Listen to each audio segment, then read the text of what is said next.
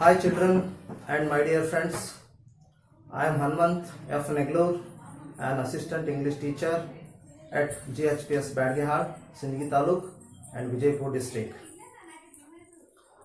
First of all, I would like to welcome back you to my channel, that is English Made Easy class for 10th standard students who are going to face the exam in March 2021 and 22. As you know, I have started classes to help the 10th standard students in their exam on the topics regarding to the section of grammar. Okay, so we had discussed and many classes you have watched through my channel. Somebody have commented and somebody have many questions, and they have replied for me, and even I have replied for them.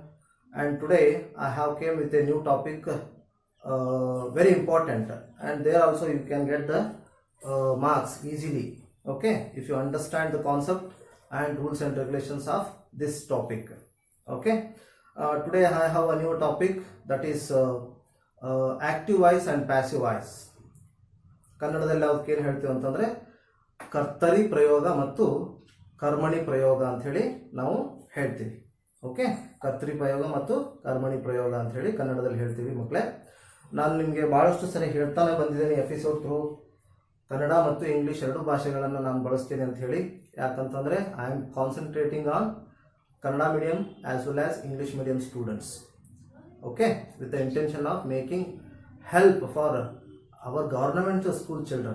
Okay, and let us come to the point, today's topic. Okay, we can discuss about the topic. Okay, I have written here the topic name is active voice and passive voice. Before going to learn the rules and regulations, we need to know the definition of active voice and passive voice. Active voice ಅಂದ್ರೆ ಏನು ಮತ್ತೆ passive voice ಅಂತಂದ್ರೆ ಏನು ಅನ್ನೋದನ್ನ ನಾವು before rules and ರೆಗ್ಯುಲೇಷನ್ಸನ್ನು change ಮಾಡ್ತಕ್ಕಂಥ rules ರೆಗ್ಯುಲೇಷನ್ಸ್ಗಳನ್ನ ತಿಳ್ಕೊಳೋದು before ಏನು ಮಾಡಬೇಕು, ಇವುಗಳನ್ನ ನಾವು ತಿಳ್ಕೊಬೇಕಾಗುತ್ತೆ ಮಕ್ಕಳೇ. ಹಾಗಾಗಿ ನಾವು ಫಸ್ಟ್ ಏನು ಮಾಡೋಣ ಅಂತಂದರೆ ಆ್ಯಕ್ಟಿವ್ ವಾಯ್ಸ್ ಅಂತಂದರೆ ಏನಂತ ತಿಳ್ಕೊಳ್ಳೋಣ. ನಂತರದಲ್ಲಿ ಏನು ಮಾಡೋಣ ಅಂತಂದರೆ ಪ್ಯಾಸಿವ್ ವಾಯ್ಸ್ ಅಂದರೆ ಏನು ಅನ್ನೋದನ್ನು ತಿಳ್ಕೊಳ್ಳೋಣ. ಆ ನಂತರದಲ್ಲಿ ಏನು ಮಾಡೋಣ ಅಂತಂದರೆ ರೂಲ್ಸ್ ಆ್ಯಂಡ್ ರೆಗ್ಯುಲೇಷನ್ಸನ್ನು ತಿಳ್ಕೊಳ್ಳಿಕ್ಕೆ ಹೋಗೋಣ. ಓಕೆ, ನೋಡ್ರಿ, ಆ್ಯಕ್ಟಿವ್ ವಾಯ್ಸ್ ಅಂತಂದರೆ in a sentence, the doer of the action in the place of subject and do the action. He does the action. That sentence said to be it is in active voice ಅಂತ ಹೇಳಿ. Okay, for example ನಾನು ಇಲ್ಲಿ ಬರದೇ ಹೇಳ್ಬಿಡ್ತೀನಿ. Active voice ಅಂತಂದ್ರೆ ಏನಪ್ಪಾ ಅಂತಂದ್ರೆ the subject or doer of the action in the place of subject and do the action or perform the action ಅಂತಾನೆ ಹೇಳ್ಬೋದು. ನಾವು ಏನಂತ ಹೇಳ್ಬೋದು, perform the action. That sentence said to be what? Active voice ಅಂತ ಹೇಳಿ. Okay, ಇಲ್ಲಿ ಒಂದು example ಬರ್ದಿದ್ದೇನೆ ನಾನು. ಇಲ್ಲಿ ರಾಮ ರೈಟ್ಸ್ ಎ ಸ್ಟೋರಿ ಅಂತ ಹೇಳಿ. ಇಲ್ಲೇ ಸಬ್ಜೆಕ್ಟ್ ಯಾರಪ್ಪ ಅಂತಂದ್ರೆ ರಾಮ. ನಾವು ಸೆಂಟೆನ್ಸ್ ಅನ್ನ 3 ಭಾಗಗಳನ್ನಾಗಿ ಮಾಡ್ತೀವಿ ಮಕ್ಕಳೇ. ಅದು ಏನಪ್ಪ ಅಂತಂದ್ರೆ 3 ಭಾಗಗಳನ್ನ ಹೇಗೆ ಮಾಡ್ತೀವಿ ಅಂತಂದ್ರೆ ನೋಡಿ, ಒಂದು ಸಬ್ಜೆಕ್ಟ್ ಪಾರ್ಟ್ ಅಂತ ಹೇಳಿ, ಇನ್ನೊಂದು ವರ್ಬ್ ಪಾರ್ಟ್ ಅಂತ ಹೇಳಿ, ಇನ್ನೊಂದು ಆಬ್ಜೆಕ್ಟ್ ಪಾರ್ಟ್ ಅಂತ ಹೇಳಿ. ನಾವು ಇದನ್ನ ಕನ್ನಡದಲ್ಲಿ ಏನ್ ಹೇಳ್ತೀವಿ ಅಂತಂದ್ರೆ ಕರ್ತೃ ಕರ್ಮ ಕ್ರಿಯೆ, ಕರ್ತೃ ಕ್ರಿಯೆ ಕರ್ಮ, ಕರ್ಮಪದ ಅಂತ. ಕರ್ತೃಪದ, ಕ್ರಿಯಾಪದ, ಕರ್ಮಪದ ಅಂತ. ಓಕೆ, ಸೊ ಇದನ್ನ ನಾವೇನ್ ಮಾಡ್ತೀವಪ್ಪ ಅಂತಂದ್ರೆ ಹೀಗೆ ಭಾಗ ಮಾಡ್ಕೋತೀವಿ. ಇದನ್ನ ನಾವು ಸಬ್ಜೆಕ್ಟ್ ಪಾರ್ಟ್ ಅಲ್ಲಿ ಇದ್ದಿರ್ತಕ್ಕಂಥ ಪರ್ಸನ್, ಆ ವ್ಯಕ್ತಿ ಅವನು ಏನ್ ಮಾಡ್ತಾನಪ್ಪ ಅಂತಂದ್ರೆ ಡೂವರ್ ಆಫ್ ದ ಆಕ್ಷನ್ ಅಂತ ಹೇಳಿ ನಾವು ಕನ್ಸಿಡರ್ ಮಾಡ್ಬೋದು. ಅವನು ಸಬ್ಜೆಕ್ಟ್ ಪಾರ್ಟ್ ಅಲ್ಲಿ ಇದ್ದು ಆಕ್ಷನ್ ಪರ್ಫಾರ್ಮ್ ಮಾಡಿದ್ರೆ ಒಂದು ಇನ್ನೊಂದು ವಸ್ತುವಿನ ಮೇಲೆ, ಅದಕ್ಕೆ ನಾವೇನಂತ ಹೇಳ್ತೀವಿ ಅಂದ್ರೆ ಆಕ್ಟಿವ್ ವಾಯ್ಸ್ ಅಂತ ಹೇಳಿ ಹೇಳಲಿಕ್ಕೆ ಹೇಳ್ಬೋದು. ಮಕ್ಕಳೇ, ಇದನ್ನ ನಾವು ಏನ್ ಮಾಡ್ಬೋದು, ನಮ್ದೇ ಓನ್ ಡೆಫಿನೇಷನ್ ಅನ್ನ ಕ್ರಿಯೇಟ್ ಮಾಡ್ಕೋಬಹುದು.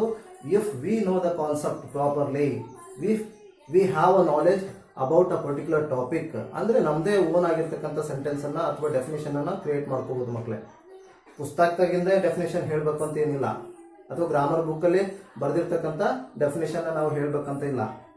We can create our own definition. If you understand the concept or topic, we have to have thorough knowledge in a particular topic. There we can create our own definition.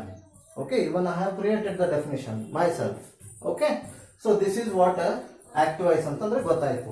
ಇನ್ನು passive voice ಅಂತಂದ್ರೆ ಏನು, ಇದ್ರದ್ದು opposite. ಅದು ಎದ್ರದ್ದು opposite? Active ವಾಯ್ಸಿನ opposite ಅಂತ ಹೇಳಿ. For example ಮಕ್ಕಳೇ, ನಾನು ಇಲ್ಲಿ ಬರೀತೀನಿ ಪ್ಯಾಸಿವ್ ವಾಯ್ಸ್ ಅಂತಂದ್ರೆ ಏನು ನೋಡಿ. ಇಲ್ಲಿ the doer of the action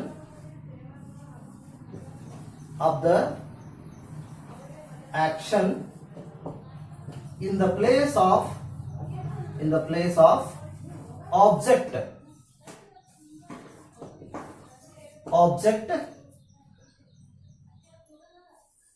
and receives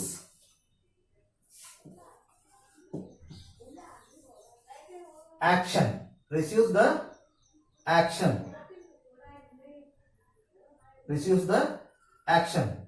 That sentence said to be in passive form ಅಥವಾ passive voice ಅಂತ ಹೇಳಿ ನಾವು ಹೇಳ್ಬೋದು. ಹಿಂಗಂದ್ರೆ ಏನಪ್ಪ ಅಂತಂದ್ರೆ ನೋಡ್ರಿ, doer of the action object part ಅಲ್ಲಿ ಇದ್ದು ಅವನೇನ್ ಮಾಡ್ತಾನೆ, ಇನ್ಆಕ್ಟಿವ್ ಆಗಿರ್ತಾನೆ, ಮತ್ತೆ ಆಕ್ಷನ್ ಅನ್ನ ರಿಸೀವ್ ಮಾಡ್ಕೊಳ್ತಾನೆ. ಅವನಿಗೆ ಹಿಂಗೆ ಇದ್ದಿರ್ತಕ್ಕಂಥ ಸೆಂಟೆನ್ಸ್ ಗಳಿಗೆ ನಾವೇನಂತ ಹೇಳ್ತೀವಿ ಅಂದ್ರೆ ಪ್ಯಾಸಿವ್ ವಾಯ್ಸ್ ಅಂತ ಹೇಳಿ ಹೇಳ್ತೀವಿ.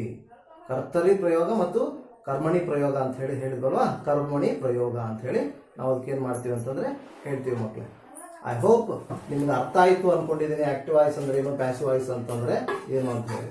ಓಕೆ, ಸೊ ಇದ್ರ ಜೊತೆಗೆ ನೆಕ್ಸ್ಟ್ ನಾವು ಇಂಪಾರ್ಟೆಂಟ್ ಆಗಿ ತಿಳ್ಕೊಳ್ಬೇಕಾಗಿರೋದು ಏನಪ್ಪಾ ಅಂತಂದ್ರೆ rules and regulations. Active voice ನಿಂದ ಪ್ಯಾಸಿವ್ ವಾಯ್ಸ್ ಗೆ ಚೇಂಜ್ ಮಾಡ್ತಕ್ಕಂಥದ್ದು. ಮಕ್ಕಳೇ, ನಿಮ್ಮ SSLC ಕ್ವಶನ್ ಪೇಪರ್ ಅಲ್ಲಿ ಏನ್ ಮಾಡ್ತಾರೆ ಅಂತಂದ್ರೆ ಆಕ್ಟಿವ್ ವಾಯ್ಸ್ ಅನ್ನು ಕೊಟ್ಟಿರ್ಬೋದು, ಅದನ್ನ ಕೊಟ್ಬಿಟ್ಟು ಪ್ಯಾಸಿವ್ ವಾಯ್ಸ್ ಗೆ ಚೇಂಜ್ ಮಾಡಿ ಅಂತ ಕೇಳ್ಬೋದು. ಮತ್ತೆ ಅಥವಾ ಪ್ಯಾಸಿವ್ ವಾಯ್ಸ್ ಅನ್ನ ಕೊಟ್ಟು ಅವರು ಆಕ್ಟಿವ್ ವಾಯ್ಸ್ಗೆ ಚೇಂಜ್ ಮಾಡಲಿಕ್ಕೆ ಕೇಳ್ಬೋದು. ನಿಮಗೆ ಎರಡೂ ರೀತಿಯ ಚಾನ್ಸಸ್ಗಳು ಕೂಡ ನಿಮಗೆ ಅಲ್ಲೇ ಎಕ್ಸಾಮಿನೇಷನ್ ಅಲ್ಲಿ ಇದೆ ಮಕ್ಕಳೇ. ಸೊ ಹಾಗಾಗಿ ನಾವು ಏನ್ ಮಾಡಬೇಕಪ್ಪ ಅಂತಂದ್ರೆ, what are the rules and regulations are there to change active voice into passive voice and passive voice into active voice. That we need to know. Okay, let us come to discuss the changing rules of active voice into passive voice and passive voice into active voice. Okay, I have written here points to remember. These are all very important points to change active voice into passive voice. ಕರ್ತರಿ ಪ್ರಯೋಗದಿಂದ ಕರ್ಮಣಿ ಪ್ರಯೋಗಕ್ಕೆ, ಕರ್ಮಣಿ ಪ್ರಯೋಗದಿಂದ ಕರ್ತರಿ ಪ್ರಯೋಗಕ್ಕೆ change ಮಾಡ್ತಕ್ಕಂಥ ರೂಲ್ಸ್ಗಳು ಯಾವ್ಯಾವ ಅನ್ನೋದನ್ನ ನಾನು ಇಲ್ಲೇನ್ ಮಾಡ್ತೀನಿ ಅಂತಂದ್ರೆ ಹೇಳ್ತೀನಿ. ಫಸ್ಟ್ ನಾವು ಇಲ್ಲಿ ಒಂದು ಫಸ್ಟ್ನೇದು ಬರೆದಿದ್ದೀನಿ. ನಾನು ಏನಂತ ಹೇಳಿ ಬರೆದಿದ್ದೀನಿ, identify kind of verb. Identify the kind of verb ಅಂತ ನೋಡ್ರಿ. ವರ್ಬ್ಗಳಲ್ಲಿ ವಿಧಗಳವ. ಒಂದು ಆಕ್ಸಿಲರಿ ವರ್ಬ್ ಅಂತ ಇವೆ, ಮಾಡೆಲ್ ವರ್ಬ್ಸ್ ಅಂತ ಇವೆ, ಟ್ರಾನ್ಸಿಟಿವ್ ವರ್ಬ್ ಅಂತ ಇದೆ, ಇಂಟ್ರಾನ್ಸಿಟಿವ್ ವರ್ಬ್ ಅಂತ ಇದೆ, ಮತ್ತೆ ಮಾಡೆಲ್ ವರ್ಬ್ಸ್ ಅಂತ ಇದೆ, ಮೇನ್ ವರ್ಬ್ ಅಂತ ಹೇಳಿ ನಾವು ಹೇಳ್ತೀವಿ. ಈಗ ಮೇನ್ ವರ್ಬ್ಗಳ ಬಗ್ಗೆ ನಾವು ಮಾತಾಡ್ತಾ ಇದ್ದೀವಿ. ಮೇನ್ ವರ್ಬ್ಗಳನ್ನ ಎರಡು ವಿಧಗಳನ್ನಾಗಿ ನಾವೇನ್ ಮಾಡ್ಬೋದು ಅಂತಂದ್ರೆ ಮಾಡಬಹುದು. ಎರಡು ವಿಧಗಳನ್ನ ಮಾಡಬಹುದು. ಏನಪ್ಪಾ ಮೇನ್ ವರ್ಬ್? ಸೆಂಟೆನ್ಸ್ ಅಲ್ಲಿ ಮೇನ್ ವರ್ಬ್ ಅಂತ ಬರ್ತದೆ. ಆ ವರ್ಬ್ ಅನ್ನ ನಾವೇನ್ ಮಾಡ್ಬೋದು ಅಂತಂದ್ರೆ ಎರಡು ವಿಧಗಳನ್ನ ಮಾಡಬಹುದು. ಒಂದು ಟ್ರಾನ್ಸಿಟಿವ್ ವರ್ಬ್ ಅಂತ ಹೇಳಿ, ಇನ್ನೊಂದು ಇಂಟ್ರಾನ್ಸಿಟಿವ್ ವರ್ಬ್ ಅಂತ ಹೇಳಿ. ಹಾಗಾದ್ರೆ ಮತ್ತೆ ಟ್ರಾನ್ಸಿಟಿವ್ ವರ್ಬ್ ಅಂದ್ರೆ ಏನು, ಮತ್ತೆ ಇಂಟ್ರಾನ್ಸಿಟಿವ್ ವರ್ಬ್ ಅಂದ್ರೆ ಏನು ಅನ್ನೋದು ನಮ್ಗೆ ಗೊತ್ತಿರಬೇಕು. ಇದನ್ನ ಗುರ್ತಿಸ್ಕೊಂಡ್ರೆ ಮಾತ್ರ ನೀವೇನ್ ಮಾಡ್ಲಿಕ್ಕೆ ಸಾಧ್ಯ ಇದೆ ಅಂತಂದ್ರೆ, ಆಕ್ಟಿವ್ ವಾಯ್ಸ್ ಇಂದ ಪ್ಯಾಸಿವ್ ವಾಯ್ಸ್ಗೆ, ಪ್ಯಾಸಿವ್ ವಾಯ್ಸ್ ಇಂದ ಆಕ್ಟಿವ್ ವಾಯ್ಸ್ಗೆ ಮಾಡ್ಲಿಕ್ಕೆ ಸಾಧ್ಯ ಇದೆ. ನಿಮಗೆ ಟ್ರಾನ್ಸಿಟಿವ್ ವರ್ಬ್ ಮತ್ತೆ ಇಂಟ್ರಾನ್ಸಿಟಿವ್ ವರ್ಬ್ ಅನ್ನೇ ಗುರುತು ಹಿಡ್ಲಿಕ್ಕೆ ಆಗಲಿಲ್ಲ ಅಂತಂದ್ರೆ ಮಕ್ಕಳೇ, you are unable to change active voice into passive form. Please ಅದಕ್ಕೆ ನಾವೇನ್ ಮಾಡಬೇಕು, ಸೆಂಟೆನ್ಸ್ ಅಲ್ಲಿ ಇದ್ದಿರ್ತಕ್ಕಂಥದ್ದು ಅದು ಆಕ್ಟಿವ್ ಇರಲಿ, ಆಕ್ಟಿವ್ ವಾಯ್ಸ್ ಅಲ್ಲಿ ಇದ್ದಿರ್ತದಲ್ವಾ, ಆ ಸೆಂಟೆನ್ಸ್ ಅಲ್ಲಿ ಅದು ಟ್ರಾನ್ಸಿಟಿವ್ ವರ್ಬ್ ಐತು ಅಥವಾ ಇಂಟ್ರಾನ್ಸಿಟಿವ್ ವರ್ಬ್ ಐತು ಅನ್ನೋದನ್ನ ನಾವು ಫಸ್ಟ್ ನಾವೇನ್ ಮಾಡಬೇಕು, ತಿಳ್ಕೋಬೇಕು ಮಕ್ಕಳೇ. ಓಕೆ, ಸೊ ಹಾಗಾಗಿ ನಾನು ಏನ್ ಮಾಡ್ತೀನಪ್ಪ ಅಂದ್ರೆ ಟ್ರಾನ್ಸಿಟಿವ್ ವರ್ಬ್ ಅಂದ್ರೆ ಏನು ಮತ್ತೆ ಇಂಟ್ರಾನ್ಸಿಟಿವ್ ವರ್ಬ್ ಅಂದ್ರೆ ಏನು ಅನ್ನೋದನ್ನ ತಿಳಿಸ್ಕೊಡ್ತೀನಿ ಮಕ್ಕಳೇ. ಓಕೆ, ಸೊ ಫಸ್ಟ್ ಇದನ್ನ ತಿಳ್ಕೊಳ್ಳಿ. ಟ್ರಾನ್ಸಿಟಿವ್ ವರ್ಬ್ ಅಂತಂದ್ರೆ ನಾನು ಇಲ್ಲಿ ಬರೆದಿದ್ದೀನಿ ಒಂದು sentence, Rama writes a story ಅಂತ ಹೇಳಿ. ಹಿಯರ್ ನೋಡ್ರಿ, ಡೂವರ್ ಆಫ್ ದ ಆಕ್ಷನ್ ಯಾರು? ರಾಮ. ಓಕೆ, ರಾಮ ಏನ್ ಮಾಡ್ತಾ ಇದ್ದಾನೆ? Doer of the action. ಏನು ಕೆಲಸ ಮಾಡ್ತಾ ಇದ್ದಾನೆ ಅವನು? ರೈಟಿಂಗ್ ಕೆಲಸ ಮಾಡ್ತಾ ಇದ್ದಾನೆ. ಮತ್ತೆ ಆ ರೈಟಿಂಗ್ ಕೆಲಸ ಏನಪ್ಪಾ ಅಂತಂದ್ರೆ ಯಾವ ಕೆಲಸ ಮಾಡ್ತಾ ಇದ್ದಾನೆ ಅವನು? ಸ್ಟೋರಿಯನ್ನ ಬರೀತಕ್ಕಂಥ ಕೆಲಸವನ್ನ ಮಾಡ್ತಾ ಇದ್ದಾನೆ ಅವನು. ಸೊ ಇಲ್ಲಿ action, this action passes from subject to object ಅಂತ. Action which is done by Rama that passes to object part of the sentence. Pass ಆದ್ರೆ ಮಾತ್ರ ಏನಾಗುತ್ತೆ ಅಂತಂದ್ರೆ ಅದು ಟ್ರಾನ್ಸಿಟಿವ್ ವರ್ಬ್ ಇರುತ್ತೆ. ಗೊತ್ತಾಯ್ತಲ್ವಾ ಮಕ್ಕಳೇ? ಹೆಂಗ್ ಪಾಸ್ ಆಗುತ್ತೆ ನೋಡ್ರಿ, ಆಕ್ಷನ್ ಮೂಮೆಂಟ್ ಇದೆ. ಹೇಗೆ? ರಾಮ ಏನ್ ಮಾಡ್ತಾ ಇದ್ದಾನೆ? ಪೆನ್ ತಗೊಂಡು ಸ್ಟೋರಿಯನ್ನ ಬರೀತಾನ ಅವನು. ಹೌದಾ? ಸ್ಟೋರಿ ಮೇಲೆ ಅವನೇನ್ ಮಾಡ್ತಾನಪ್ಪ ಅಂತಂದ್ರೆ ಮೂಮೆಂಟ್ ಅನ್ನ ಇದೆ. ಇಲ್ಲೇ ಇವನು ಆಕ್ಟಿವ್ ಇದ್ದಾನೆ, ಪ್ಲಸ್ ಬರಿತಾ ಇದ್ದಾನೆ. ಏನ್ ಬರಿತಾ ಇದ್ದಾನೆ? ಒಂದು ಸ್ಟೋರಿಯನ್ನ ಬರಿತಾ ಇದ್ದಾನೆ. ಇದು ಏನಾಗುತ್ತಂತಂದ್ರೆ ಸಬ್ಜೆಕ್ಟ್ ಇಂದ ಆಬ್ಜೆಕ್ಟ್ ಗೆ, ಈ ಆಕ್ಷನ್ ಸಬ್ಜೆಕ್ಟ್ ಇಂದ ಆಬ್ಜೆಕ್ಟ್ ಪಾರ್ಟಿಗೆ ಪಾಸ್ ಆಗುತ್ತೆ ಮಕ್ಕಳೇ. ಹಾಗಾಗಿ ನಾವೇನ್ ಮಾಡ್ಬೇಕು, ಇದನ್ನ ಟ್ರಾನ್ಸಿಟಿವ್ ಅಂತ ಹೇಳಿ ಗುರುತಿಸ್ಕೋಬೇಕು. ಅದಕ್ಕೆ ಇಂಟ್ರಾನ್ಸಿಟಿವ್ ಅಂತ ಅನ್ನೋದಕ್ಕೂ ಒಂದು ಬರೆದಿದ್ದೀನಿ. ರಾಮ ಹ್ಯಾಸ್ ಅಂತಕ್ಕಂಥದ್ದು ಮೇನ್ ವರ್ಬ್ ಇದೆ. ಎ ಸೈಕಲ್, ಇಲ್ಲಿ ಏನಾಗಂಗಿಲ್ಲ, ರಾಮ ಹ್ಯಾಸ್ ಎ ಸೈಕಲ್. ಇಲ್ಲಿ action does not passes from subject to object ಅಂತ. Does not passes to object ಅಂತ. ಇಲ್ಲಿ ಆಬ್ಜೆಕ್ಟ್ ಯಾವುದು? ಸೈಕಲ್ ಇದೆ ನೋಡ್ರಿ. ರಾಮ ಸಬ್ಜೆಕ್ಟ್ ಇದೆ, ಹ್ಯಾಸ್ ವರ್ಬ್ ಇದೆ, ಎ ಸೈಕಲ್ ಅನ್ನೋದು ಆಬ್ಜೆಕ್ಟ್ ಇದೆ. ಇಲ್ಲಿ ರಾಮ ಸಬ್ಜೆಕ್ಟ್ ಇದೆ, ಡೋರ್ ಆಫ್ ದ ಆಕ್ಷನ್.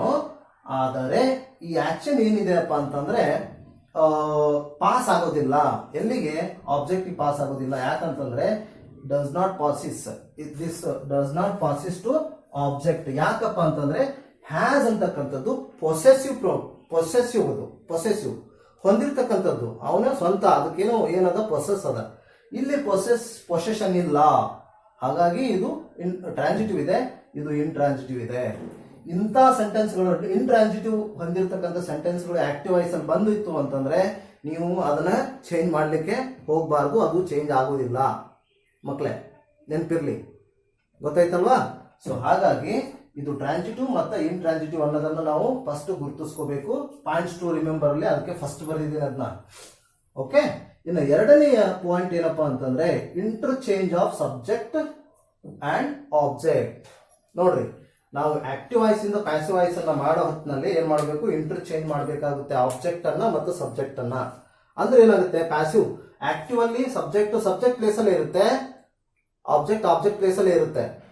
ನಾವು ಪ್ಯಾಸಿವ್ ಫಾರ್ಮ್ ಯಾವಾಗ ಚೇಂಜ್ ಮಾಡ್ತೀವಿ ಆವಾಗ ಏನಾಗುತ್ತೆ ಅಂತಂದ್ರೆ ಆಬ್ಜೆಕ್ಟ್ ಸಬ್ಜೆಕ್ಟ್ ಆಗುತ್ತೆ, ಸಬ್ಜೆಕ್ಟ್ ಹೋಗಿ ಆಬ್ಜೆಕ್ಟ್ ಆಗುತ್ತೆ. Subject doer of the action receive ಮಾಡ್ಕೊಳ್ಳಿಕ್ಕೆ ಚಾಲು ಮಾಡ್ತಾನೆ.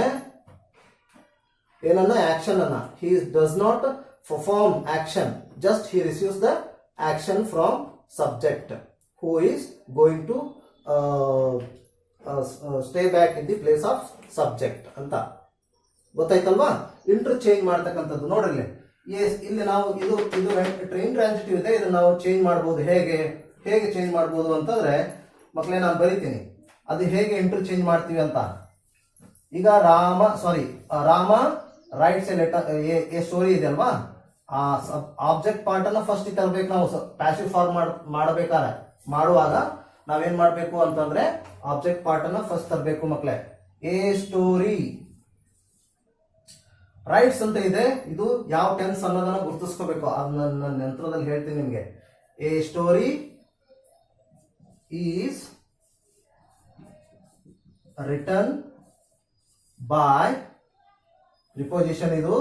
ಮತ್ತೆ ಇದು ನಾನು ಹೇಳ್ತೀನಿ ಮುಂದಿಷ್ಟು ಇನ್ನೂ ಅಷ್ಟು ರೂಲ್ಸ್ ಅನ್ನು ಹೇಳಿದ್ರೆ ನಿಮ್ಗೆ ಪೂರ್ತಿಯಾಗಿ ಗೊತ್ತಾಗುತ್ತೆ ಮಕ್ಕಳೇ. ಜಸ್ಟ್ ನಾನು ಇದನ್ನು ಚೇಂಜ್ ಮಾಡಲಿಕ್ಕೆ ಆಬ್ಜೆಕ್ಟ್ ಸಬ್ಜೆಕ್ಟ್ ಅನ್ನು ಚೇಂಜ್ ಮಾಡಲಿಕ್ಕೆ ನಾನು ಏನು ಮಾಡ್ತಾ ಇದ್ದೀನಿ ತೋರಿಸ್ತಾ ಇದ್ದೀನಿ ಇದನ್ನು. A story is return by Rama ಅಂತ ಗೊತ್ತಾಯ್ತಲ್ಲ ಮಕ್ಕಳೇ. ಹೀಗೆ ನೋಡ್ರಿ, ರಾಮ ಸಬ್ಜೆಕ್ಟ್ ಇದ್ದದ್ದು ಆಬ್ಜೆಕ್ಟ್ ಪಾರ್ಟಿಗೆ ಹೋಯ್ತು, ಆಬ್ಜೆಕ್ಟ್ ಇದ್ದದ್ದು ಸ್ಟೋರಿ ಸಬ್ಜೆಕ್ಟ್ ಪಾರ್ಟಿಗೆ ಬಂದಿದೆ. ಇದು ಪ್ಯಾಸಿವ್ ಫಾರ್ಮ್ ಆಯ್ತು. ಈಗ ಯಾವ ಫಾರ್ಮ್ ಆಯ್ತು? ಪ್ಯಾಸಿವ್ ವಾಯ್ಸ್ ಆಯ್ತು. ಪ್ಯಾಸಿವ್ ವಾಯ್ಸ್ ಆಯ್ತು. ದಾಟ್ ಬರೋದಿಲ್ಲ ಇದರಲ್ಲಿ. ಬೈ ಪ್ರಿಪೋಸಿಷನ್ ಅನ್ನು ನಾವು ಆಡ್ ಮಾಡಬೇಕಾಗುತ್ತೆ ಮಕ್ಕಳೇ. ಓಕೆ, ಸೊ ಹಾಗೆ ನೆಕ್ಸ್ಟ್ ಇನ್ನೂ ಒಂದು ಥರ್ಡ್ ಪಾಯಿಂಟ್. ಎಷ್ಟು ನಿಮಿಷ ಆಯ್ತು? ಥರ್ಡ್ ಪಾಯಿಂಟ್ ಏನಪ್ಪಾ ಅಂತಂದ್ರೆ tense of verb. Tense of verb, ನಾವು ಟೆನ್ಸ್ ಆಫ್ ವರ್ಬ್ ಅನ್ನ ಐಡೆಂಟಿಫೈ ಮಾಡ್ಕೋಬೇಕು. ಸೆಂಟೆನ್ಸ್ ಅಲ್ಲಿ ಆಕ್ಟಿವ್ ವಾಯ್ಸ್ ಅಲ್ಲಿ ಇದ್ದಿರ್ತಕ್ಕಂಥ ಸೆಂಟೆನ್ಸ್ ಅಲ್ಲಿ ನಾವೇನ್ ಮಾಡ್ಬೇಕಂದ್ರೆ tense form of the verb ಅನ್ನ ಏನ್ ಮಾಡ್ಬೇಕು? ಐಡೆಂಟಿಫೈ ಮಾಡ್ಕೋಬೇಕು. ಅದು ಸಿಂಪಲ್ ಪ್ರೆಸೆಂಟ್ ಟೆನ್ಸ್ ಇದೆನೋ, ಅಥವಾ ಪ್ರೆಸೆಂಟ್ ಕಂಟಿನ್ಯೂಸ್ ಟೆನ್ಸ್ ಇದೆನೋ, ಅಥವಾ ಪ್ರೆಸೆಂಟ್ ಪರ್ಫೆಕ್ಟ್ ಟೆನ್ಸ್ ಇದೆನೋ. It means base form of the verb, past form of the verb, past participle form of the verb, present participle form of the verb ಅಂತ ಹೇಳಿ. For example ನಿಮಗೆ ಒಂದು ಈ past form, past participle form V1 V2 V3 ಅಂತ ನಾವು ಹೇಳ್ತೀವಲ್ವಾ ಮಕ್ಕಳೇ. ಅದು V1 for example V1 ಅಂದ್ರೆ ಯಾವುದು, V2 ಅಂತಂದ್ರೆ ಯಾವುದು, V3 ಅಂತಂದ್ರೆ ಯಾವುದು, V4 ಅಂದ್ರೆ ಯಾವುದು ಅಂತ. ಫಾರ್ ಎಕ್ಸಾಂಪಲ್ ಇಲ್ಲಿ ರೈಟ್ ಇದೆ ಅಲ್ವಾ, ರೈಟ್ ಅನ್ನ ನಾನು ಬರಿತೀನಿ ಇಲ್ಲಿ. ರೈಟ್ ಇಲ್ಲೇ ಏನಾಗತ್ತ?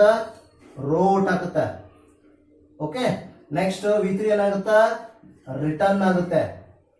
ಡಬಲ್ ಟಿ ಅಲ್ವಾ, ಇಲ್ಲಿ ಒಂದು ಸಿಂಗಲ್ ಟಿ ಬರ್ತಿದ್ದೇನೆ ಮೇ ಬಿ. ರಿಟರ್ನ್.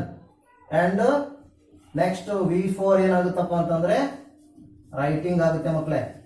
ಇವಕ್ಕೆ ನಾವು V1 V2 V3 V4 ಅಂತ ಹೇಳಿ ಹೇಳ್ತೀವಿ. ಇವುಗಳನ್ನೇ ಫಾರ್ಮ್ ಅಂತ. ಇದು ನೋಡ್ರಿ, first form, base form, first form ಇದು. ಇದು ಸೆಕೆಂಡ್ ಫಾರ್ಮ್, ಇದು ಥರ್ಡ್ ಫಾರ್ಮ್, ಇದು ಫೋರ್ತ್ ಫಾರ್ಮ್. ಇದು ಬೇಸ್ ಫಾರ್ಮ್ ಅಂತಾರೆ, ಇದಕ್ಕೆ ಪಾಸ್ಟ್ ಫಾರ್ಮ್ ಅಂತಾರೆ, ಇದಕ್ಕೆ ಪಾಸ್ಟ್ ಪಾರ್ಟಿಸಿಪಲ್ ಫಾರ್ಮ್ ಅಂತಾರೆ, ಇದಕ್ಕೆ ಪ್ರೆಸೆಂಟ್ ಪಾರ್ಟಿಸಿಪಲ್ ಫಾರ್ಮ್ ಅಂತ ಹೇಳಿ ಹೇಳ್ತಾರೆ. ಮತ್ತೆ ING ಫಾರ್ಮ್ ಅದು ವರ್ಬ್ ಅಂತಲೂ ನಾವು ಹೇಳ್ಬೋದು ಮಕ್ಕಳೇ ಇದಕ್ಕೆ. ಓಕೆ, ನೀವು ಇವುಗಳನ್ನ ಗುರುತಿಸ್ಕೋಬೇಕು ಸೆಂಟೆನ್ಸ್ ಅಲ್ಲಿ. ಇವು ಸಿಂಪಲ್ ಇತ್ತು ಅಂತಂದ್ರೆ, ಸಿಂಪಲ್ ಪ್ರೆಸೆಂಟ್ ಟೆನ್ಸ್ ಇತ್ತು ಅಂತಂದ್ರೆ ಅದನ್ನೇನ್ ಮಾಡಬೇಕು?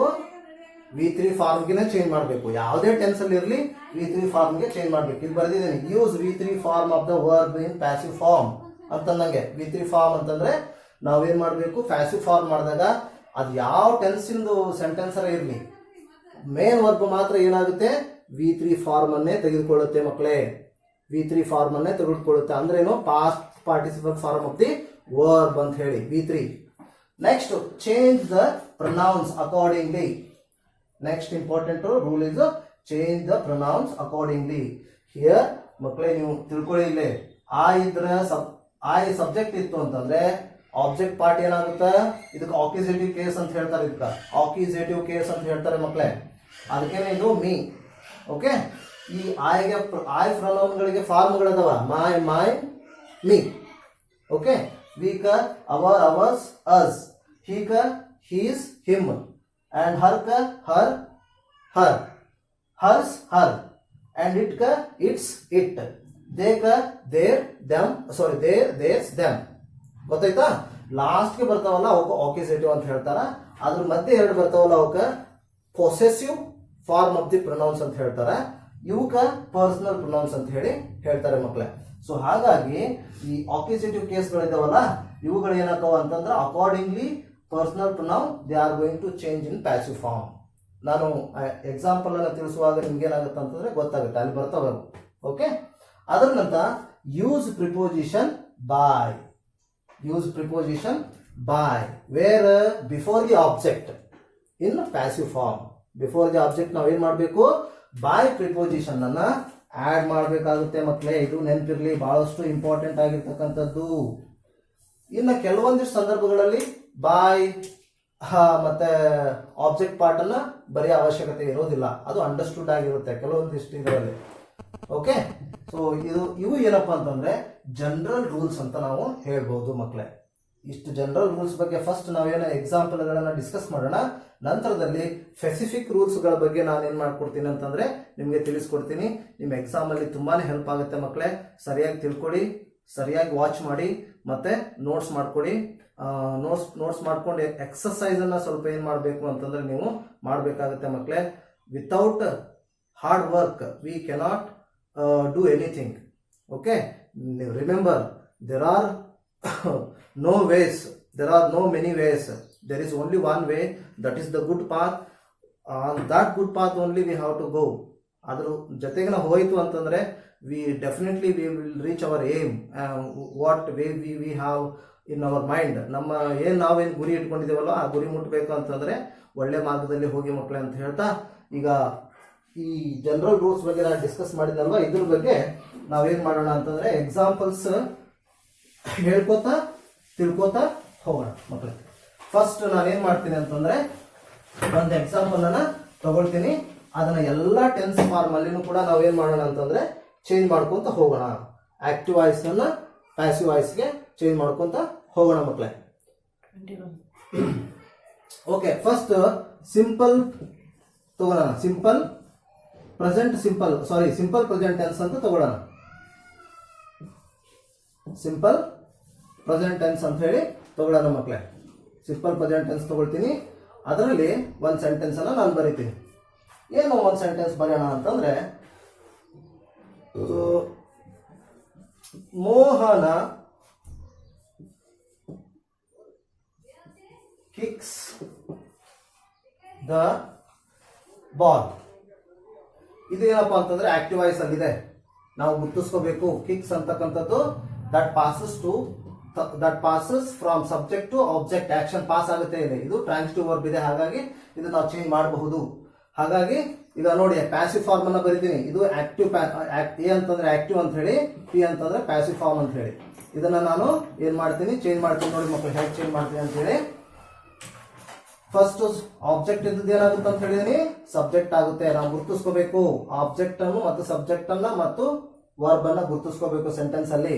ಮೋಹನ ಕಿಕ್ಸ್ ದ ಬಾಲ್.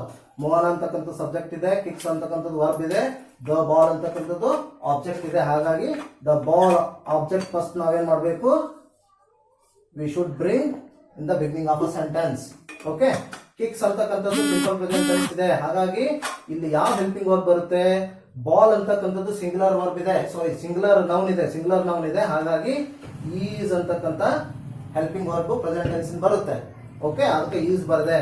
ನೆಕ್ಸ್ಟ್ ಇದು V3, ಇದು ಯಾವ ಫಾರ್ಮ್ ಚೇಂಜ್ ಆಗ್ಬೇಕು ಅಂತ ಹೇಳಿದೀನಿ, V3 ಫಾರ್ಮ್ V3 ಗೆ ಚೇಂಜ್ ಆಗ್ಬೇಕು ಅಂತ ಹೇಳಿ. ಇದಕ್ಕಿಂತ ಬಿಫೋರ್ ನಾನು ಏನ್ ಮಾಡ್ತೀನಪ್ಪ ಅಂತಂದ್ರೆ ಮಕ್ಕಳೇ, ನಿಮಗೆ ಫಾರ್ಮುಲಾ ಹೇಳ್ಬೇಕಾಗಿತ್ತು. ನಾನು object plus helping verb accordingly plus ಅದರ ನಂತರ V3 form of the verb, ಅದರ ನಂತರ ಸಬ್ಜೆಕ್ಟ್ ಪಾರ್ಟ್ ಆಬ್ಜೆಕ್ಟಿವ್ ಬರುತ್ತೆ. ಸಬ್ಜೆಕ್ಟ್ ಇದ್ದದ್ದು ಸಬ್ಜೆಕ್ಟ್ ಬರೋದು ಮುಗಿಸ್ಬಿಟ್ಟ. ಇದು ಫಾರ್ಮುಲಾ, ಇದು ಚೇಂಜ್ ಮಾಡ್ತಕ್ಕಂಥದ್ದು. ಪ್ಯಾಸಿವ್ ಫಾರ್ಮ್ಗೆ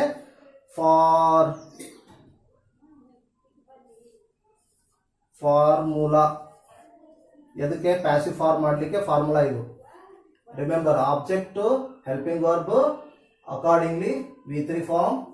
ನೆಕ್ಸ್ಟ್ ಆಬ್ಜೆಕ್ಟ್ ಕೂಡ ಏನಾಗುತ್ತೆ ಅಂತಂದ್ರೆ ಅಕಾರ್ಡಿಂಗ್ಲಿ ಅಂತ ಬರುತ್ತೆ. ಅಕಾರ್ಡಿಂಗ್ಲಿ ಇದು ಏನಪ್ಪಾ ಅಂತಂದ್ರೆ ಮಕ್ಕಳೇ ಗೊತ್ತಾಯ್ತಲ್ವಾ. ನೋಡೋಣ ಈಗ. ಕಿಕ್ಸ್ ಇದ್ದದ್ದು ಏನಾಗುತ್ತೆ, ಕಿಕ್ಡ್ ಆಗುತ್ತೆ. ಕಿಕ್ಡ್ V3 ಫಾರ್ಮ್ ಏನಪ್ಪಾ ಅಂತಂದ್ರೆ ಕಿಕ್ಡ್ ಬೈ ಪ್ರಿಪೋಸಿಷನ್. ಇಲ್ಲ ಪ್ರಿಪೋಸಿಷನ್ ಅಂದ್ಬಿಟ್ಟಿವಲ್ವಾ ನಾವು, ನೋಡ್ರಿ ಹಾಗೆ ನೆನಪಾಗಬಾರ್ದು. ಪ್ರಿಪೋಸಿಷನ್ ಬೈ ಅನ್ನ ನಾವು ಬರಿಬೇಕು ಪ್ಲಸ್ ಸಬ್ಜೆಕ್ಟ್. ಪ್ರಿಪೋಸಿಷನ್ ಆದ್ಮೇಲೆ ಸಬ್ಜೆಕ್ಟ್ ಏನಾಗುತ್ತೆ, ಬೈ ಮೋಹನ. ಓಕೆ, ಇಲ್ಲಿ ಹಿ ಇದ್ದಿತ್ತು ಅಂತಂದ್ರೆ ಅಲ್ಲಿ ಹಿಂಗ್ ಬರಿಬೋದಾಗಿತ್ತು ನಾವು. ಇಲ್ಲ ಮೋಹನನ ಇದೆ, ಹಾಗಾಗಿ ಮತ್ತೆ ಹೆಸರನ್ನ ನಾವೇನ್ ಮಾಡಿದೀವಿ, ಬರ್ದಿದ್ದೇವೆ ಮಕ್ಕಳೇ. ಹೀಗೆ ಸಿಂಪಲ್ ಪ್ರೆಸೆಂಟ್ ಟೆನ್ಸ್ ಅಲ್ಲಿ ಇದ್ದದ್ದು ಸಿಂಪಲ್ ಪ್ರೆಸೆಂಟ್ ಟೆನ್ಸ್ ಅಲ್ಲೇ ಪ್ಯಾಸಿವ್ ಫಾರ್ಮ್ ಅಲ್ಲಿ ಈ ರೀತಿ ಚೇಂಜ್ ಆಗುತ್ತೆ ಮಕ್ಕಳೇ. ಟೈಮ್ ಎಷ್ಟಾಯ್ತು? 25. ಓಕೆ ಮಕ್ಕಳೇ, ಸೊ ಇದು ಏನಪ್ಪಾ ಅಂತಂದ್ರೆ ಸಿಂಪಲ್ ಪ್ರೆಸೆಂಟ್ ಟೆನ್ಸ್ ಇದ್ದಾಗ ಈ ರೀತಿ ನಾವು ಚೇಂಜ್ ಮಾಡ್ಬೋದು.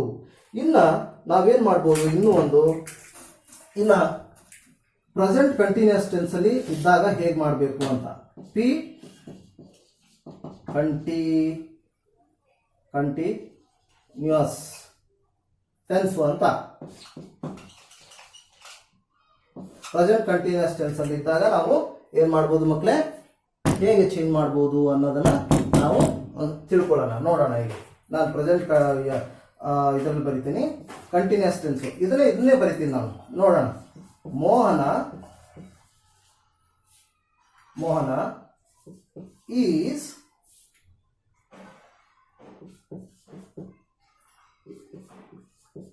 ಕಿಕ್ಕಿಂಗ್ ದ ಬಾಲ್ಸ್ ಅಂತ ಬರಿತೀನಿ. ಇಲ್ಲಿ ಬಾಲ್ ಅಂತ ಬರ್ತಿದ್ದೀನಿ, ಇಲ್ಲಿ ಬಾಲ್ಸ್ ಅಂತ ಬರಿತೀನಿ, ನೋಡೋಣ. ಕಿಕ್ಕಿಂಗ್ ದ ಬಾಲ್ಸ್ ಅಂತ ಬರಿತೀನಿ.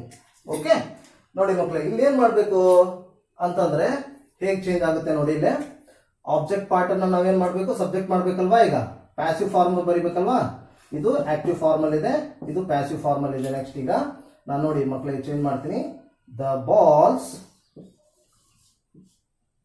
ಅಂತಕ್ಕಂಥದ್ದು ಏನಿದೆ, plural form of the subject ಇದೆ, ಪ್ಲೂರಲ್ ಫಾರ್ಮ್ ಇದೆ ಈಗ. ಹಾಗಾಗಿ ಹೆಲ್ಪಿಂಗ್ ವರ್ಬ್ ಯಾವ್ದು ತಗೋಬೇಕು, ಪ್ರೆಸೆಂಟ್ ಟೆನ್ಸ್ ಅಲ್ಲಿ ಆರ್ ಅನ್ನ ಬರ್ಕೋಬೇಕು. Are balls are, the balls are. ಇಲ್ಲಿ ಇನ್ನೂ ಒಂದು ಎಡಿಷನ್ ಮಾಡ್ಬೇಕಾಗುತ್ತೆ ಮಕ್ಕಳೇ. ಏನಪ್ಪಾ ಅಂತಂದ್ರೆ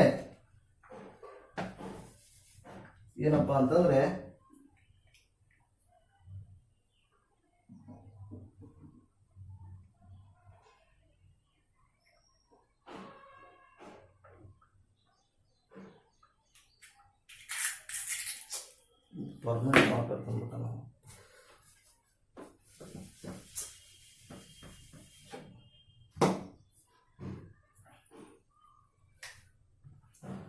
ನೋಡಿ ಮಕ್ಕಳೇ, ಇದೇನಾಯ್ತಪ್ಪ ಅಂತಂದ್ರೆ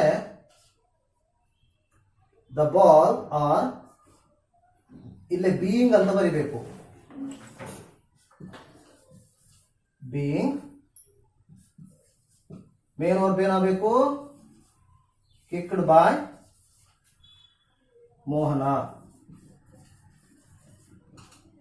ಹೀಗೆ ಪ್ರೆಸೆಂಟ್ ಕಂಟಿನ್ಯೂಸ್ ಟೆನ್ಸ್ ಅಲ್ಲಿ ಚೇಂಜ್ ಆಗುತ್ತೆ ಮಕ್ಕಳೇ. ಗೊತ್ತಾಯ್ತಲ್ವಾ? ಇದು ನಿಮ್ಗೆ ಗೊತ್ತಾಯ್ತು ಅಂತ ಅನ್ಕೊಂಡಿದ್ದೀನಿ ಮಕ್ಕಳೇ. ಪಾಸ್ ಮಾಡೋದು. ಹಾ ಮಕ್ಕಳೇ, ಈಗ ನಾವು ಸಿಂಪಲ್ ಪ್ರೆಸೆಂಟ್ ಟೆನ್ಸ್ ಇಂದ ಪ್ಯಾಸಿವ್ ಫಾರ್ಮ್ ಮಾಡಿದ್ವಿ, ಮತ್ತು ಪ್ರೆಸೆಂಟ್ ಕಂಟಿನ್ಯೂಸ್ ಟೆನ್ಸ್ ಇಂದ ಪ್ಯಾಸಿವ್ ಫಾರ್ಮ್ ಮಾಡಿದ್ವಿ. ಈಗ ಪ್ರೆಸೆಂಟ್ ಪರ್ಫೆಕ್ಟ್ ಟೆನ್ಸ್ ಅಲ್ಲಿ ಇದ್ದಿರ್ತಕ್ಕಂಥ ಸೆಂಟೆನ್ಸ್ ಅನ್ನ ನಾವು ಪ್ಯಾಸಿವ್ ಫಾರ್ಮ್ ಹೇಗೆ ಮಾಡೋದು ಅನ್ನೋದನ್ನ ತಿಳ್ಕೊಳ್ಳೋಣ ಮಕ್ಕಳು. ನೋಡಿ, ಇಲ್ಲಿ Mohan has written a story book ಅಂತ ಹೇಳಿ ಬರೆದಿದ್ದೀನಿ. ಅದೇ ಸೆಂಟೆನ್ಸು ಅದನ್ನ ಪ್ರೆಸೆಂಟ್ ಪರ್ಫೆಕ್ಟ್ ಟೆನ್ಸ್ ಅಲ್ಲಿ ಬರೆದಿದ್ದೀನಿ. ಓಕೆ, ನಮಗೆ ಗೊತ್ತಿದೆ ಸಬ್ಜೆಕ್ಟ್ ಯಾವುದು, ಆಬ್ಜೆಕ್ಟ್ ಯಾವುದು, ಮತ್ತೆ ಮೇನ್ ವರ್ಬ್ ಯಾವುದು ಅನ್ನೋದು ಗೊತ್ತಿದೆ, ಹೆಲ್ಪಿಂಗ್ ವರ್ಬು ಯಾವುದು ಅನ್ನೋದು ಗೊತ್ತಿದೆ. ಓಕೆ, ಸೊ ಇದನ್ನ ಚೇಂಜ್ ಮಾಡ್ಲಿಕ್ಕೆ ಹೋಗ್ತಾ ಇದ್ದೀನಿ. ಫಸ್ಟ್ ಏನ್ ಮಾಡಬೇಕು ಅನ್ಕೊಂಡಿದ್ದೀವಿ ನಾವು, ಆಬ್ಜೆಕ್ಟ್ ಪಾರ್ಟ್ ಅನ್ನ ಸಬ್ಜೆಕ್ಟ್ ಪಾರ್ಟಿಗೆ ತಗೊಂಬರ್ಬೇಕು. ಎ ಸ್ಟೋರಿ ಬುಕ್ ಅಂತ ಇದೆ, ಆ ಸ್ಟೋರಿ ಬುಕ್ ಅಂತ ಇದೆ. ಸ್ಟೋರಿ ಬುಕ್ ಅಂತಕ್ಕಂಥದ್ದು ಸಿಂಗ್ಯುಲರ್ ಇದೆ ಅಲ್ವಾ, ಹಾಗಾಗಿ ಸಿಂಗ್ಯುಲರ್ ಹೆಲ್ಪಿಂಗ್ ವರ್ಬೇ ಬರುತ್ತೆ ಇಲ್ಲಿ. ಓಕೆ, ಹ್ಯಾಸ್ ಇಲ್ಲಿ ಪ್ಲೂರಲ್ ಆಗಿತ್ತು ಅಂತಂದ್ರೆ ಮತ್ತೆ ಬೇರೆ ಬರ್ತಿತ್ತು ಹೆಲ್ಪಿಂಗ್ ವರ್ಬ್. ಅದನ್ನ ಇನ್ನೊಂದು ಎಕ್ಸಾಂಪಲ್ ತಿಳಿಸ್ಕೊಡ್ತೀನಿ. ಹ್ಯಾಸ್, ಅದರ ನಂತರ ನಾವು ಬೀನ್ ಅಂತಕ್ಕಂಥದ್ದನ್ನ ಆಡ್ ಮಾಡಬೇಕು ಮಕ್ಕಳೇ ಪ್ಯಾಸಿವ್ ಫಾರ್ಮ್ ಅಲ್ಲಿ. Okay, has bean.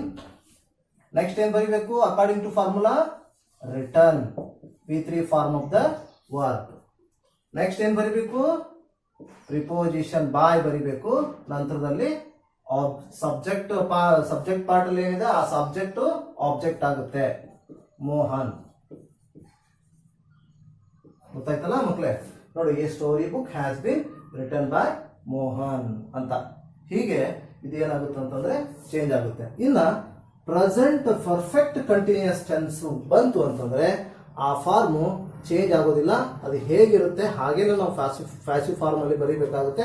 ಹಾಗಾಗಿ no need to write and waste the time. ಏನು, ಪ್ರೆಸೆಂಟ್ ಪರ್ಫೆಕ್ಟ್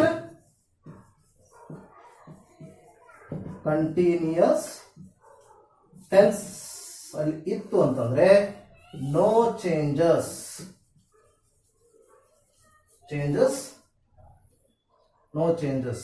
ಅಂತ ತಿಳ್ಕೊಂಬಿಡಿ ಮಕ್ಕಳೇ. ಇಲ್ಲಿ 4 ಟೆನ್ಸ್ಗಳಲ್ಲಿ ಏನಾಗಂಗಿಲ್ಲ ಅಂತಂದ್ರೆ ಪ್ಯಾಸಿವ್ ಫಾರ್ಮ್ಗಳನ್ನ ನಾವು ಚೇಂಜ್ ಮಾಡ್ಲಿಕ್ಕೆ ಬರೋದಿಲ್ಲ. ಅದೇ ಸೇಮ್ ಫಾರ್ಮೇ ಬರುತ್ತೆ, ಹಾಗಾಗಿ ಅದನ್ನ ಚೇಂಜ್ ಮಾಡೋ ಅವಶ್ಯಕತೆ ಇರೋದಿಲ್ಲ.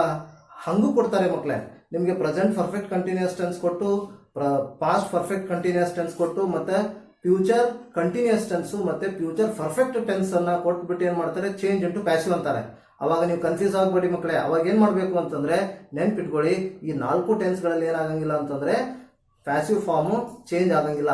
ಆಕ್ಟಿವ್ ಅಲ್ಲಿ ಹೇಗಿರುತ್ತೆ ಹಾಗೇನೆ ಬರೆದ್ಬಿಟ್ಟೆ ಅಂತಂದ್ರೆ ನೀವು ಬರೆದಿರ್ತಕ್ಕಂಥ ಸೆಂಟೆನ್ಸು ರೈಟ್ ಆಗಿರುತ್ತೆ ಮಕ್ಕಳೇ. ಓಕೆ, ಸೊ ಈ 4 ಟೆನ್ಸ್ಗಳಲ್ಲಿ ಸೆಂಟೆನ್ಸ್ಗಳನ್ನ ಚೇಂಜ್ ಮಾಡೋ ಅವಶ್ಯಕತೆ ಇರೋದಿಲ್ಲ, ಆಗೋದು ಇಲ್ಲ.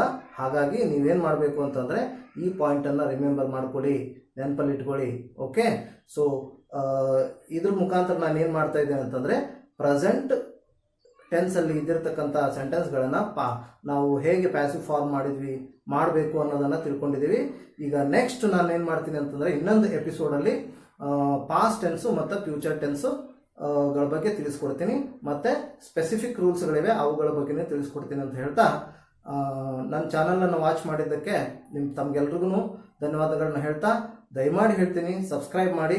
ನನ್ನ ಯಾವುದೇ ಹೊಸ ವಿಡಿಯೋಸ್ ಬಂತಂತಂದರೆ ಅಲ್ಲಿ ನಿಮಗೆ ನೋಟಿಫಿಕೇಶನ್ ಬರುತ್ತೆ, ಅವುಗಳನ್ನ ಯೂಸ್ ಮಾಡ್ಕೊಳ್ಳಿ ಅಂತ ಹೇಳ್ತಾ ಈ ಎಪಿಸೋಡನ್ನು ನಾನು ಇಲ್ಲಿಗೆ ಕ್ಲೋಸ್ ಮಾಡ್ತಾ ಇದ್ದೀನಿ. Thank you very much.